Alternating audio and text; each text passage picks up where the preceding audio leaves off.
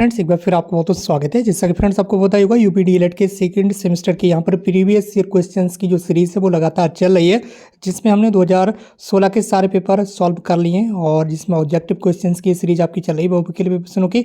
Objective के बाद आपके जो अति लघु उत्तर प्रश्न होते हैं 1 नंबर के, वो भी आपको सॉल्व कराए जाएंगे।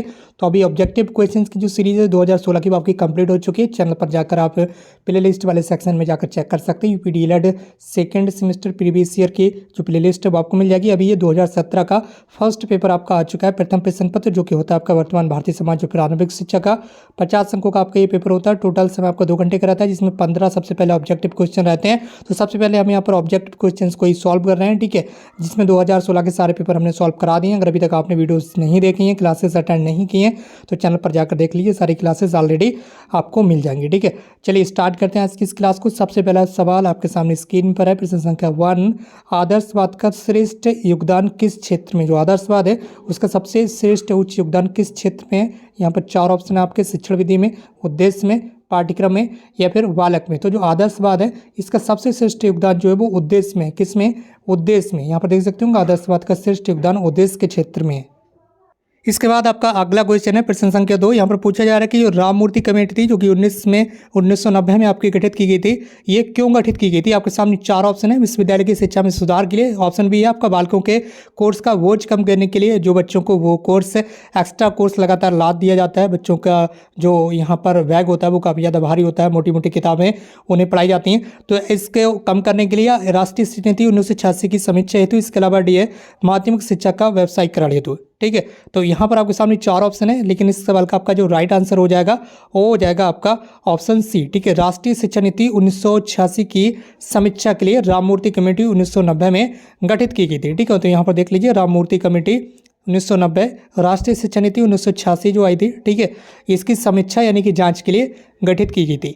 इसके बाद आपका अगला प्रश्न है प्रश्न संख्या 3। इसमें आपसे ये पूछा जा रहा है कि बताइए, क्या बताइए, चलिए देख लेते हैं। प्रश्न संख्या 3, राधा कृष्ण आयोग की संस्तुतियाँ किस चीज़ से संबंधित थी। उच्च शिक्षा से थी, माध्यमिक शिक्षा से या प्राथमिक शिक्षा से या फिर तकनीकी शिक्षा से। जो राधा कृष्ण आयोग गठित किया गया था उसके द्वारा जो संस्तुतियाँ की गई वो थी आपकी उच्च शिक्षा से रिलेटेड, किससे, हायर एजुकेशन से। भारत में विश्वविद्यालय शिक्षा की वर्तमान स्थिति की समीक्षा करने के लिए और सुधार करने के लिए सिफारिशें करने के लिए राधा कृष्ण आयोग की स्थापना की गई थी। राधा कृष्ण आयोग उच्च शिक्षा की संस्कृति से संबंधित था। प्रश्न संख्या 4 आपका अगला क्वेश्चन आपके सामने स्क्रीन पर है, लगातार आप इन्हें देखते रहिएगा और ये प्रश्न बहुत ही ज़्यादा इंपॉर्टेंट है आपकी परीक्षाओं की दृष्टि से, ठीक है। तो आप इन क्वेश्चन को अच्छे से तैयार कर लीजिएगा। आपको पता ही होगा अगर आपने फर्स्ट सेमेस्टर में, प्रथम सेमेस्टर में प्रीवियस ईयर क्वेश्चंस को आपने लगाया होगा तो निश्चित रूप से कहीं ना कहीं आपको बहुत ज़्यादा फायदा हुआ होगा। काफ़ी क्वेश्चंस लगातार रिपीट होते हैं प्रीवियस ईयर से और उसमें आपको पता भी चल जाता है कि किस तरह के क्वेश्चंस परीक्षाओं में पूछे जाते हैं। अगला प्रश्न है प्रश्न संख्या 4, वुड का जो आज्ञा पत्र था वो कब प्रकाशित हुआ था। यहाँ पर आपके सामने 4 ऑप्शन है, तो आपका जो राइट आंसर हो जाएगा वो हो जाएगा 19 जुलाई 1854 को, ठीक है। जो वुड का घोषणा पत्र था या आज्ञा पत्र था वो कब प्रकाशित किया गया था, 19 जुलाई 1854 को। यहाँ पर बताया गया कि वुड का जो आज्ञा पत्र है बोर्ड ऑफ कंट्रोल के प्रधान चार्ल्स वुड के द्वारा 19 जुलाई 1854 को जारी किया गया था। इसे भारत में अंग्रेजी शिक्षा के मैग्ना कार्टा के रूप में भी जाना जाता है। ये एक इंपॉर्टेंट क्वेश्चन है, ठीक है, इसे आप हमेशा याद रखें। भारत में अंग्रेजी शिक्षा का मैग्ना कार्टा किसे कहा जाता है, वुड के घोषणा पत्र को, जो कि 19 जुलाई 1854 को प्रकाशित किया गया था। और दोस्तों इसी के साथ बढ़े हम अपने अगले प्रश्न की ओर। आप हमारे साथ इस तरह से बने रहेगा। अगर प्रीवियस क्लासेस को अगर अभी तक आपने अटेंड नहीं किया तो कर लीजिए और इस चैनल को सब्सक्राइब जरूर कर लीजिए, क्योंकि यहाँ पर आपको अगले सभी सेमेस्टर की जो क्लासेस हैं वो लगातार इस तरह से मिलेंगी, जो कि आपकी परीक्षाओं के लिए बहुत ही ज़्यादा इंपॉर्टेंट होने वाली हैं। और राष्ट्रीय महिला शिक्षा कमेटी, राष्ट्रीय महिला शिक्षा समिति 1958 की अध्यक्ष कौन थी, ठीक है। राष्ट्रीय महिला शिक्षा समिति जो 1958 में गठित की गई थी, इसके अध्यक्ष कौन थी, हंस मेहता जी या फिर दुर्गाबाई देशमुख या फिर सुचेता कृपलानी या फिर आचार्य राममूर्ति। तो इस सवाल का आपका राइट आंसर हो जाएगा राष्ट्रीय महिला शिक्षा कमेटी 1958 में गठित की गई थी। इसकी जो अध्यक्षा थी वो कौन थी, दुर्गाबाई देशमुख, ठीक है। इस सवाल का राइट आंसर क्या होगा, ऑप्शन बी, दुर्गाबाई देशमुख। यहाँ पर आप देख लीजिए, इसे डिटेल में बताया गया। दुर्गाबाई देशमुख की अध्यक्षता में 1958 में राष्ट्रीय महिला परिषद की स्थापना की गई थी। भारतीय राष्ट्रीय महिला परिषद पूरे देश में महिलाओं की स्थिति में सुधार के लिए काम करती है। अगर आपसे कहीं पे पूछा जाए कि जो यहाँ पर राष्ट्रीय महिला जो परिषद है, ठीक है, भारतीय राष्ट्रीय महिला परिषद है, ये किस तरह का काम करती है, तो ये महिलाओं की स्थिति में सुधार के लिए पूरे देश में काम करती है, ठीक है। इसके बाद यहाँ पर अगला प्रश्न है, प्रश्न संख्या 6 आपसे पूछा जा रहा है कि ब्रेल लिपि जो होती है, ब्रेल लिपि के द्वारा शिक्षा प्रदान की जाती है किन लोगों को, ठीक है, किन लोगों को ब्रेल लिपि के द्वारा शिक्षा प्रदान की जाती है। तो इसके बारे में आपने पढ़ा ही होगा, ये गूंगों को जिनको बोल नहीं मिलता है, क्या उनको शिक्षा प्रदान की जाती है ब्रेल लिपि में। इसके साथ ही यहाँ पर अगला ऑप्शन है आपका ऑप्शन बी, बहरों को जिन्हें सुनाई नहीं जाती है, ठीक है, जो सुन नहीं पाते ऐसे बच्चों को, ऐसे व्यक्तियों को ब्रेल लिपि के द्वारा शिक्षा प्रदान की जाती है। ऑप्शन सी आपका अंधों को, ये इनमें से कोई नहीं। तो बताइए इस सवाल का राइट आंसर कौन सा है आपका, बताइए, ठीक है। आपके सामने 4 ऑप्शन है और ये क्वेश्चन बहुत ही ईजी है, कई बार परीक्षा में पूछा भी जाता है, जिन स्टूडेंट्स को पता होता है वो आसानी से लगा देते हैं। तो जो ब्रेल लिपि है ये पूरी तरह से अंधे लोगों के लिए, ठीक है, किस तरह से, अंधे लोगों के लिए जो यहाँ पर देख नहीं पाते हैं, आंखों से देख नहीं पाते हैं, तो ऐसे स्टूडेंट्स के लिए ब्रेल लिपि का यूज़ किया जाता है, ठीक है। तो इसमें ब्रेल लिपि में का यूज़ किया जाता है और अंधों के लिए, ठीक है। तो इस सवाल का राइट आंसर क्या हो जाएगा आपका, ऑप्शन सी, ठीक है। चलिए देख लेते हैं, यहाँ पर ऑप्शन सी आपका बिल्कुल राइट आंसर होने जा रहा है और अंधों के लिए ये ब्रेल लिपि का यूज़ किया जाता है। और यहाँ पर आप देख सकते होंगे आंसर सी, ठीक है। यहाँ पर देख लीजिए क्वेश्चन संख्या 6 का राइट आंसर सी, ब्रेल लिपि के द्वारा मुख्य रूप से दृष्टिबाधित जो बच्चे देख नहीं पाते हैं, जो अंधे होते हैं, ठीक है, तो दृष्टिबाधित बच्चों या लोगों को शिक्षा देने के लिए सांकेतिक भाषा के रूप में उपयोग किया जाता है। इस विधि का जो आविष्कार है वो 1824 में एक नेत्रहीन फ्रांसीसी लेखक कौन थे, ये इंपॉर्टेंट क्वेश्चन है, आप इसे यहाँ से याद रखें, ठीक है। इस जो विधि है, ठीक है, या जो लिपि है, इसके जो यहाँ पर आविष्कारक थे, ठीक है, कौन थे, 1824 में इन्होंने आविष्कार किया था और ये एक नेत्रहीन थे, इन्हें भी दिखाई नहीं देता था, यानी कि ये एक नेत्रहीन व्यक्ति थे जिनके द्वारा, और ये एक लेखक थे, राइटर थे, इनके द्वारा इस विधि का आविष्कार किया गया, लिपि का आविष्कार किया गया। लुइस ब्रेल, ठीक है, क्या नाम है इनका, लुइस ब्रेल, जो कि कहाँ के थे, फ्रांस के थे। इनके द्वारा इस लिपि का आविष्कार किया गया 1824 में। अगर आपसे क्वेश्चन में पूछा जाता है कि ब्रेल लिपि का आविष्कार किसके द्वारा किया गया, तो सन 1824 में लुई ब्रेल के द्वारा, ठीक है, ये आपको याद रखना। अगला प्रश्न है, प्रश्न संख्या 7, उत्तर प्रदेश में जिला प्राथमिक शिक्षा का कार्यक्रम प्रारंभ की गई थी। उत्तर प्रदेश में जो जिला प्राथमिक शिक्षा कार्यक्रम था, ठीक है, यानी कि डीपीईपी, ठीक है, डिस्ट्रिक्ट प्राइमरी एजुकेशन प्रोग्राम, ठीक है, district primary education programme DPEP कब स्टार्ट किया गया था उत्तर प्रदेश में, ये आपको बताना है। तो चलिए देख लेते हैं, आपके सामने 4 ऑप्शन है, 4 में से एक तो राइट होगा ही होगा आपका। तो इस सवाल का आपका राइट आंसर क्या हो जाएगा, सन 1997-98 में। डीपीईपी कब स्टार्ट हुआ था यूपी में, सन 1997-98 में, ये आपको याद रखना। उत्तर प्रदेश में जिला प्राथमिक शिक्षा कार्यक्रम, इसी को शॉर्ट में बोल देते हैं डीपीईपी, ठीक है, district primary education programme DPEP, ठीक है। प्रारंभ जो है 1997-98 में विश्व बैंक की सहायता से किया गया था। पहले चरण में इस योजना को केवल उन्हीं जनपदों में लागू किया गया था जो साक्षरता स्तर में अत्यंत पिछड़े थे, ठीक है, जहां पर कम पढ़े लिखे व्यक्ति थे, उन जिलों में सबसे पहले यूपी में इस योजना को लागू किया गया या इस कार्यक्रम को लागू किया गया। उत्तर प्रदेश में इन जिलों की संख्या टोटल 18 थी उस समय। महाराजगंज, गोंडा, सिद्धार्थनगर, बदायूं, लखीमपुर खीरी, ललितपुर, बस्ती, मुरादाबाद, शाहजहांपुर, सोनभद्र, देवरिया, बरेली, रायबरेली, इसके अलावा हमीरपुर, सुल्तानपुर, बहराइच, वाराणसी और रामपुर, ठीक है, इस तरह टोटल 18 जिले थे जहाँ पर सबसे पहले फर्स्ट फेज में डीपीईपी जो योजना थी वो लागू की गई, ठीक है। तो ये प्रोग्राम था, एक तरह से ये लागू किया गया फर्स्ट फेज में उत्तर प्रदेश के 18 जिलों में, ये भी आपको याद रखना है।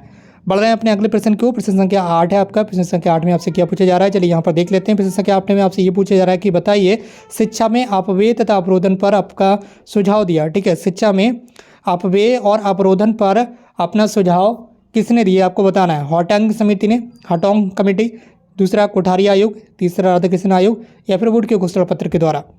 तो किसने यहाँ पर शिक्षा में अपव्यय और अवरोधन पर अपना सुझाव दिया, तो इस सवाल का आपका राइट आंसर हो जाएगा ऑप्शन ए, हाटंग कमेटी। शिक्षा में अपव्यय और अवरोधन पर हाटंग कमेटी ने अपना सुझाव दिया था।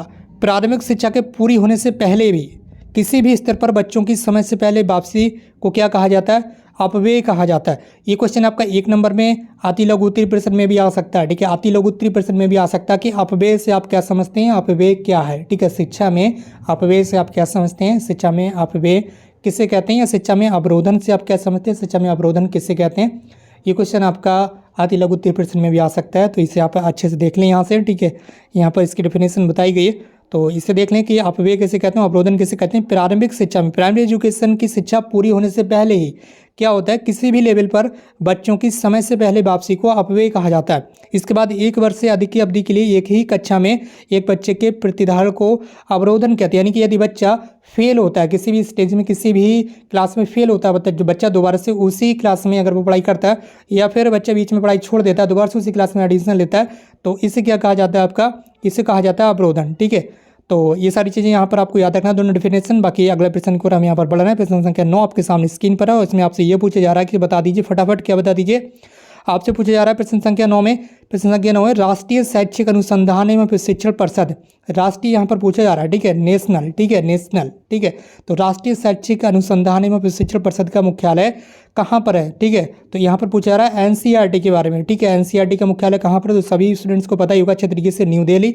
राइट ऑप्शन हो जाएगा आपका न्यू दिल्ली, ठीक है। राष्ट्रीय शैक्षिक अनुसंधान प्रशिक्षण परिषद वर्ष 1961 में भारत सरकार के द्वारा गठित एक स्वायत्त संगठन है। कैसा एक स्वायत्त संगठन है, इसकी जो स्थापना है वो 1961 में की गई थी, ये आपको याद रखना है, ठीक है। कब की गई थी, 1961 में। बढ़ रहे हैं अपने अगले प्रश्न की ओर और अगला प्रश्न आपके सामने स्क्रीन पर आ चुका है। अभी आपका ये 9 नंबर का क्वेश्चन हो चुका है, यहाँ पर देख लीजिए, ये 9 नंबर प्रश्न है और अगला प्रश्न आपका आ चुका है प्रश्न संख्या 10। तो देख लीजिए 10 है प्रश्न संख्या और इसमें आपसे क्या पूछा जा रहा है, बताइए बेसिक शिक्षा अधिनियम कब पारित हुआ था, बता दीजिए फटाफट।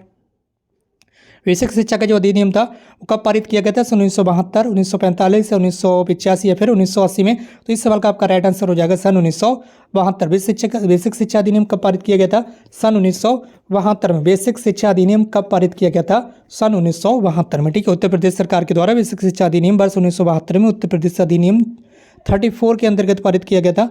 इसका जो मुख्य उद्देश्य था वो हाई स्कूल या इंटरमीडिएट कॉलेजों के अलावा अन्य स्कूलों में बेसिक शिक्षा प्रदान करने का आयोजन, नियंत्रण और समन्वय स्थापित करना, ठीक है। तो ये आपको याद रखना है मेन चीज़, 1972 में बेसिक शिक्षा अधिनियम यूपी गवर्नमेंट के द्वारा पारित किया गया था। अगला प्रश्न है प्रश्न संख्या 11 आपके सामने, शिक्षकों के लिए राष्ट्रीय पुरस्कार कब प्रारंभ किए गए थे, ठीक है। जो शिक्षकों के लिए राष्ट्रीय पुरस्कार दिए जाते हैं प्रत्येक वर्ष, तो ये कब से स्टार्ट हुआ था, सन 1958 या फिर 1980 या 2001 में या फिर 1985 में। तो इस सवाल का आपका राइट आंसर हो जाएगा 1958 से शिक्षकों के लिए राष्ट्रीय स्तर पर जो पुरस्कार थे वो स्टार्ट किए गए थे, ठीक है। तो इसमें आपको याद रखना है, ठीक है। बाकी सारी चीज़ें यहाँ पर लिखी हुई हैं, आप देख सकते पढ़ जाइए। बढ़ रहे हैं अपने अगले प्रश्न को, प्रश्न संख्या 12 आपके सामने स्क्रीन पर आ चुका और आपसे ये पूछा जा रहा है कि बताइए प्रश्न संख्या 12, बच्चों के लिए निःशुल्क, फ्री और अनिवार्य शिक्षा, ठीक है। बच्चों के लिए निःशुल्क और अनिवार्य शिक्षा का प्रावधान संविधान की जिस धारा में किया जाए वह कौन सी है, ठीक है। तो ये आपको याद रखना, एक इंपॉर्टेंट क्वेश्चन है। कैसा, एक इंपॉर्टेंट क्वेश्चन है, ये कई बार एग्जाम में पूछा जाता है, हो सकता है आपके डीएलएड एग्जाम में भी आपसे पूछ ले, इंपॉर्टेंट क्वेश्चन है, ठीक है। ये हमेशा याद रखें। धारा 45 राज्य के नीति निर्देशक तत्व डीपीएसपी के अंतर्गत अनुच्छेद 45 तथा मूल अधिकार के अंतर्गत अनुच्छेद 21A में बच्चों के लिए निःशुल्क और अनिवार्य शिक्षा का जो प्रावधान है वो किया गया है, ठीक है। तो ये यहाँ पर आपको याद रखना है, ठीक। अगला प्रश्न आपका प्रश्न संख्या 13, वैदिक कालीन शिक्षा किससे संबंधित थी, तो ये आपको बता देना है। तो सभी स्टूडेंट्स को पता ही होगा, नहीं पता तो कर लीजिए, ये एक इंपॉर्टेंट क्वेश्चन भी है और आपके लिए यहाँ पे थोड़ा ईजी भी है। वैदिक काल से रिलेटेड है तो वेदों से रिलेटेड होगी कहीं ना कहीं, ठीक है। वैदिक वेद इस तरह से आप ये याद कर सकते हैं इसे, ठीक है, याद रख सकते हैं। तो इस सवाल का राइट आंसर क्या हो जाएगा, वैदिक कालीन शिक्षा वेदों से रिलेटेड थी, ठीक है। वेदों का कहीं ना कहीं ज्ञान दिया जाता था वैदिक काल में स्टूडेंट्स को। वैदिक कालीन शिक्षा वेदों से संबंधित है, जिसमें गुरुओं द्वारा शिष्यों को गुरुकुलों में वेदों के मंत्रों और सूक्तियों को कंठस्थ कराया जाता था, यानी कि याद कराया जाता, रटाया जाता था, ठीक है। ये चीज़ यहाँ पर बताई गई। अगला प्रश्न आपका 14 नंबर का क्वेश्चन है, किंडरगार्टन प्रणाली के जन्मदाता कौन थे। ये क्वेश्चन भी कई बार आपसे पूछा जाता है, किंडरगार्टन जो प्रणाली है उसके जन्मदाता कौन थे। तो किंडरगार्टन प्रणाली के जो जन्मदाता थे वो थे फ्रॉवेल, ठीक है। और मॉन्टेसरी पद्धति के जन्मदाता मारी मॉन्टेसरी, ठीक है। तो इस तरह से आपको ये याद रखना है। किंडरगार्टन प्रणाली को इस विचार से तैयार किया गया कि बच्चे खेल के माध्यम से सबसे अच्छी तरह से सीखते रहें, ठीक है। इस पद्धति का जो विकास है वो जर्मन शिक्षाविद फ्रेडरिक फ्रॉवेल के द्वारा किया गया था। जर्मन भाषा में किंडरगार्टन का शाब्दिक अर्थ है बच्चों का बगीचा, ये भी आपको याद रखना है। अगला प्रश्न है प्रश्न संख्या 15 आपके सामने स्क्रीन पर और इस क्लास का ये अंतिम प्रश्न है। आपको पता ही होगा यहाँ पर 50 अंकों का जो पेपर होता है इसमें टोटल 15 ऑब्जेक्टिव ही क्वेश्चन रहते हैं आपके, ठीक है। तो ये अंतिम क्वेश्चन है इस क्लास का। बाकी इसके बाद सेकंड पेपर, थर्ड पेपर भी आपका आएगा। तो लगातार आप हमारे साथ बने रहिएगा। इस चैनल को सब्सक्राइब करके जरूर बेल आइकन को प्रेस कर लीजिए ताकि कोई भी क्लास आपसे मिस ना होने पाए। आगे की जो अगली सेमेस्टर की क्लासेस होंगी वो भी लगातार आपको मिलती रहेंगी। इसी तरह से आपकी परीक्षाओं तक पूरी अच्छे से तैयारी कराई जाएगी ताकि किसी भी सब्जेक्ट में आपको कम मार्क्स ना आए, ठीक है, अच्छे से मार्क्स आए आपको, अच्छे से तैयारी कराई जाएगी। इसके बाद आपका अगला प्रश्न है, पौंडीचेरी में किस महान शिक्षा शास्त्री ने आश्रम की स्थापना की थी? आपके सामने चार ऑप्शन है, महात्मा गांधी जी, स्वामी विवेकानंद जी, आचार्य विनोबा भावे ने, या फिर श्री अरविंद घोष ने। तो इस सवाल का आपका राइट आंसर हो जाएगा ऑप्शन डी, श्री अरविंद घोष ने, ठीक है। महान शिक्षा शास्त्री श्री अरविंद घोष ने वर्ष 1928 में पांडिचेरी में अरविंद आश्रम या फिर शिक्षा की स्थापना की थी, ठीक है। किसकी? महान शिक्षा शास्त्री ने स्थापना की थी, किस आश्रम की? अरविंद आश्रम की, ठीक है। किसने? श्री अरविंद घोष ने।